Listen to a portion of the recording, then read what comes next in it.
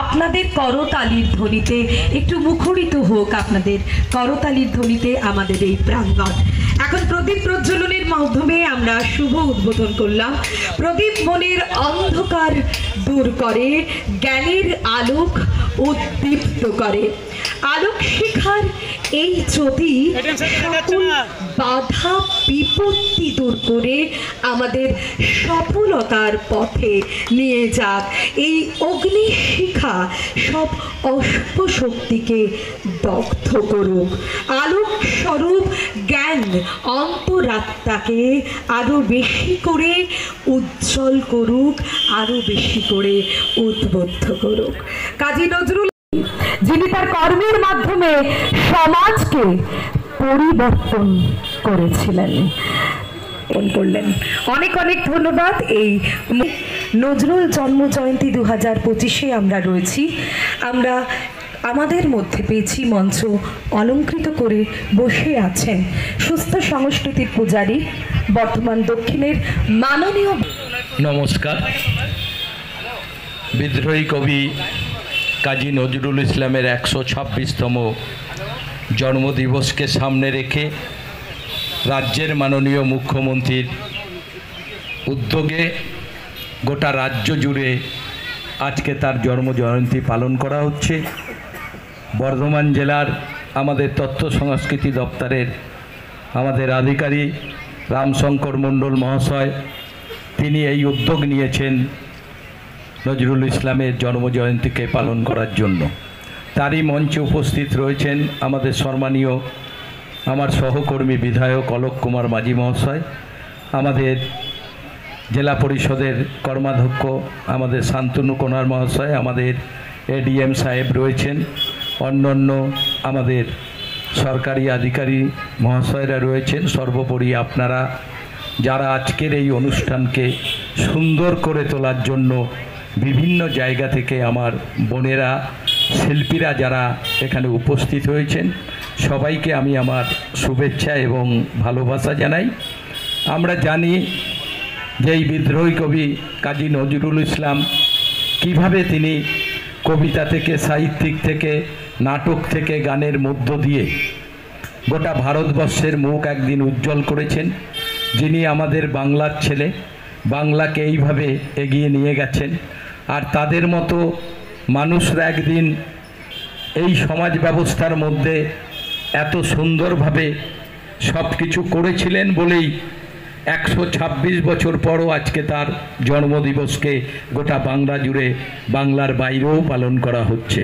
আমরা মনে করি এইভাবে যারা আমাদের মনীষীরা, যারা আমাদের পূর্বপুরুষরা, যারা একটা সময় আমাদের দেশের নাম বহু দূরে নিয়ে গেছেন, বাংলার নামকে এগিয়ে দিয়ে গেছেন, সেই মানুষগুলোকে কোনোদিন আমাদের ভুললে চলবে না। তাদের আমাদের সব সময় স্মরণ করা দরকার। তাই তো আজকে তার জন্মদিবসকে সামনে রেখে 1 মাস ধরে বিশ্বকবি রবীন্দ্রনাথ ঠাকুর এবং বিদ্রোহী কবি কাজী নজরুল ইসলামের দুজনকে সামনে রেখে বিভিন্ন জায়গায় আমরা দেখছি রবীন্দ্র নজরুল জয়ন্তীর আয়োজন করছে। ছেলেমেয়েরা তারা রবীন্দ্রসঙ্গীত, নজরুল গীতির মধ্য দিয়ে তারা সুন্দরভাবে বিভিন্ন এলাকার তারা সামাজিক অনুষ্ঠানগুলোর সঙ্গে সঙ্গে তারা রবীন্দ্র নজরুল জয়ন্তীর আয়োজন করছেন। আর যারা আমাদের শিল্পী ছোট বোনেরা, ভাইয়েরা, তারা এইসব মঞ্চে উপস্থিত হয়ে তারা তাদের গান পরিবেশন করছেন, নজরুল গীতি গাইছেন, রবীন্দ্রসঙ্গীত গাইছেন। একটা সুন্দর পরিবেশ এলাকা এলাকায় গড়ে তুলছেন আমাদের এই সব শিল্পীদের সামনে রেখে। তাই আজকে আপনারা এখানে অনেকক্ষণ ধরে উপস্থিত হয়েছেন, আমাদের ডিএম ম্যাডামও এখানে আসবে। আমি সবাইকে বলবো যে আপনারা সবাই এই অনুষ্ঠানে অংশগ্রহণ করে সুন্দর করে আজকের এই অনুষ্ঠানকে আপনারা সবাই সফল করে তুলবেন। সবাইকে ধন্যবাদ, সবাই ভালো থাকবেন, নমস্কার। দপ্তরের পক্ষ থেকে আজ যে আমাদের নজরের বর্ধমান দক্ষিণের বিধায়ক সম্মানীয় খোকন দাস মহাশয়, যিনি এইমাত্র বক্তব্য রাখলেন, উপস্থিত আছেন আমাদের পূর্ব বর্ধমান জেলার তথ্য সংস্কৃতি দপ্তরের আধিকারিক মহাশয় রামশঙ্কর মণ্ডল মহাশয়, উপস্থিত আমাদের জেলা পরিষদের শিক্ষা দপ্তরের কর্মাধ্যক্ষ বন্ধু শান্তনু কোনার, উপস্থিত এডিএম সাহেব সহ যে সকল আধিকারিকগণ এখানে উপস্থিত আছেন, তথ্য সংস্কৃতি দপ্তরের এবং আমাদের অন্যান্য দপ্তরের এবং আমার সামনে যে সকল ছাত্রছাত্রী এবং কলা কুশলীগণ যারা রবীন্দ্র জয়ন্তীকে সামনে রেখে বিভিন্ন কলা কুশল প্রদর্শন করবেন এবং আমার সাংবাদিক বন্ধু যারা আছেন প্রত্যেককে 126তম জন্মজয়ন্তীতে কাজী নজরুল ইসলামের জন্মজয়ন্তীতে সার্বিকভাবে শুভেচ্ছা জানাই, নমস্কার জানাই। খুব ভালো লাগলো যে আমার বন্ধু শান্তনু কুনার আমাদের কাজী নজরুল ইসলামের যে আদি বৃত্তান্ত একটা বাংলার মানুষ একবারে মাটির থেকে উঠে এসে কীভাবে সারা বিশ্বকে জয় করেছেন সেই সব বিষয় নিয়ে বিশ্লেষণ করলেন। আমরা এখন হয়তো আমরা নিজেদিকে ভাগ করছি, কিন্তু এই সকল মনীষীরা কিন্তু আমার বাংলাকে কখনো ভারতবর্ষকে ভাগ করেনি। প্রত্যেককে বিনি সুতো একবারে বেঁধে দিয়েছিলেন এপার বাংলার সঙ্গে ওপার বাংলার। প্রত্যেকটা বিষয়ের মধ্য দিয়েই কাজী নজরুল ইসলামের একটা যোগসূত্র আছে।